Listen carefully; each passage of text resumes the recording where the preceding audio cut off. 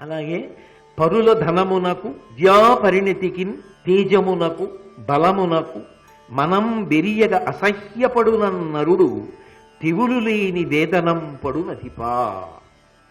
ఒక్కొక్కడికి బాహ్యంలో శరీరం చాలా ఆరోగ్యంగా ఉంటుంది. రక్తపోటు చూశారనుకోండి ఉండవలసిన స్థాయిలో ఉంటుంది. మధుమేహం చూశారనుకోండి చక్కెర నిలవలు ఉండవలసిన స్థాయిలో ఉంటాయి. చక్కగా ఆకలి వెయ్యాలి. నిజానికి మంచి సుఖంగా ఉన్నాడు, కానీ రాత్రి నిద్రపట్టదు, పడుకుంటే నిద్రపట్టదు, ఆకలి వెయ్యదు. ఎదురుగుండా మధుర పదార్థాలు భార్య వండి పెట్టినా సహించవు. ఎప్పుడూ ఏదో దిగులు, ఏదో ఉద్వేగం. ఎవరికి అంటే ఏ జబ్బు లేకపోయినా భగవంతుడు ఆరోగ్యవంతమైన శరీరాన్ని ఇచ్చినా ఒక్కొక్కడు మాత్రం ఎప్పుడూ ఒక జబ్బుతో బాధపడుతూనే ఉంటాడు. ఏమిటా జబ్బు? అది ఉండకూడదు స్మా. జబ్బు లేని శరీరం కూడా జబ్బడిపోయిన వాళ్ళ బాధపడుతుంటాడు. ఇంకా 3 రోజుల కన్నా ఉండరండి అన్నవాడు ఎలా ఉంటాడో అలా ఉంటాడు. ఎందుకు అంటే ఆయనకు అలా ఎవరూ చెప్పలేదు, 100 ఏళ్ళు బతకవలసిన వాడు. మరి ఎందుకు ఆ బాధ? అన్నీ ఉన్నాయి కదా. అంటే పరుల ధనము నాకు ఎవడికో ఏదో ఉందని వీడు ఏడుస్తూ ఉంటాడు. ఎప్పుడు చూడండి ఆయనకి ఎంత ఉందండి, ఆయనకి ఎంత ఉందండి, ఆయన ఎంత సంపాదించాడు, నా కర్మ నాకేముందండి. అందుకే భాగవతంలో పోతన గారు అంటారు, సప్తద్వీపములనైన చక్కంబడునే అంటారు. అలాంటి వాడికి 7 ద్వీపములను రాసిచ్చేసినా సరే అది ఇచ్చేసిన వాడు కట్టుకున్న గుడ్డలు ఇవ్వలేదని ఏడుస్తాడు. ఇంకా వాడిని ఎవడు బాగు చేస్తాడు? ఒక్కొక్కడికి ఏమీ లేకపోయినా భగవంతుడు నాకు ఇంకేమి ఇవ్వాలని సంతోషంగా ఉంటాడు. వాడిని పాడు చేయగలిగిన వాడు ఎవడున్నాడు? యోగరతో వా భోగరతో వా సంగరతో వా సంగవిహీన యస్య బ్రహ్మణి రమతే చిత్తం నందతి నందతి నందచ్చేవ. ఆయన నిజంగా శారీరకంగా బాధపడుతున్నవాడు, కానీ చాలా సంతోషంగా ఉంటాడు. ఎందుకని అంటే ఆయన మనసు రాజమందిరం, ఎప్పుడూ సంతోషంగా ఉండగలడు. ఒక్కొక్కడు అన్నీ ఉన్నా బాధపడుతుంటాడు. ఎందుకని అంటే వాడికి బాధపడడం ఒకటే వచ్చు. ఎవడికో ఏదో ఉంది, నాకు లేదు. ఆ ఏడిచేవాడికి ఇంకెవడేం చేయగలడు? 2 విద్యాపరిణతికి. ఈయనకన్నా ఆయన బాగా చెప్తాడు. దానికి ఏడిస్తే ఏమొస్తుంది? ఏడిస్తే రాదు. నువ్వు కూడా ఆయన పక్కన నిలబడు, వెళ్ళి నువ్వు కూడా ఆయన పక్కన నిలబడు, ఆయన అంతేవాసిత్వం పొందు, ఒక విషయం బాగా నేర్చుకో, చెప్పు. ఆయన ఏం చెప్పనన్నాడా? అంటే ఆయనంత బాగా చెప్పడమే అని అడవడం.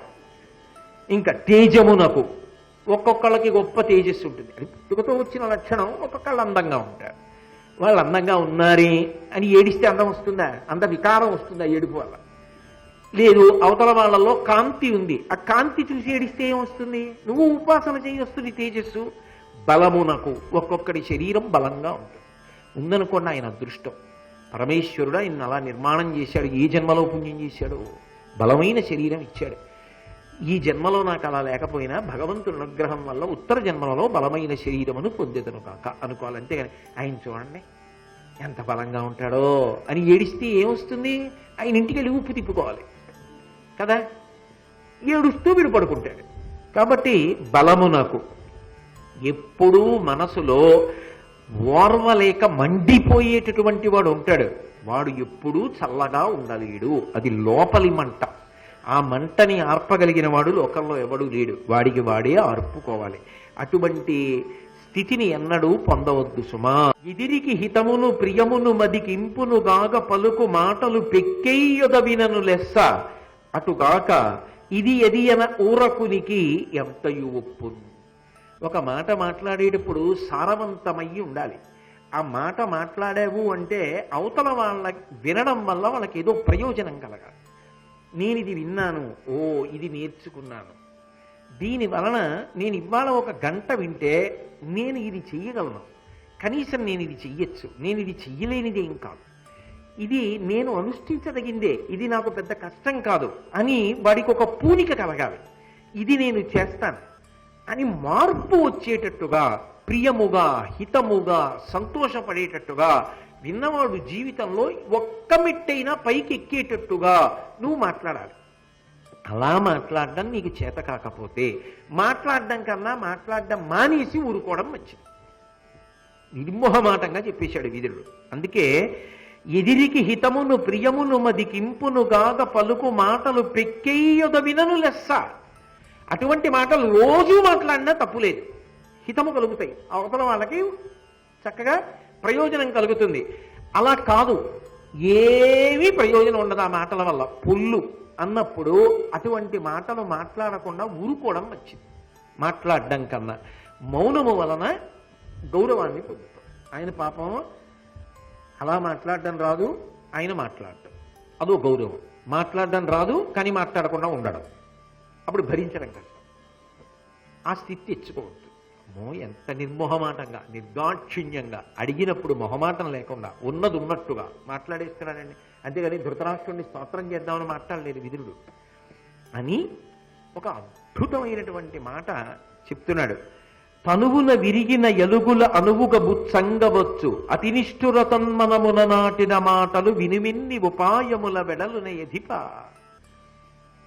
శరీరంలో బాణం ములుకు విరిగిపోయింది అనుకోండి, దాన్ని శస్త్రచికిత్స చేసో ఇంకొక బాణపు ములుకు పెట్టో ఈ ములుకుని తీసేయచ్చు.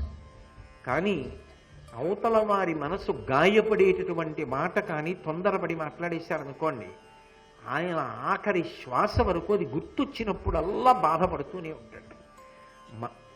శరీరంలో విరిగిన బాణపు ములుకు తీయగలవేమో, మనసు బాధపడే మాట మాట్లాడితే మాత్రం ఇక వెనక్కి తీయలేదు.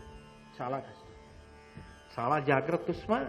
బాణపు దెబ్బ కన్నా మాట్లాడకూడని మాట చాలా ప్రమాదకరం. అటువంటి మాట మాట్లాడవద్దు. అది పెద్దల విషయంలో అనుకోండి, ఆయన ఎన్ని మాటలు బాధపడతాడో అన్ని మాటలు కట్టి కుడిపేస్తాడు. అందుకని అటువంటి పనులు చేయవద్దు.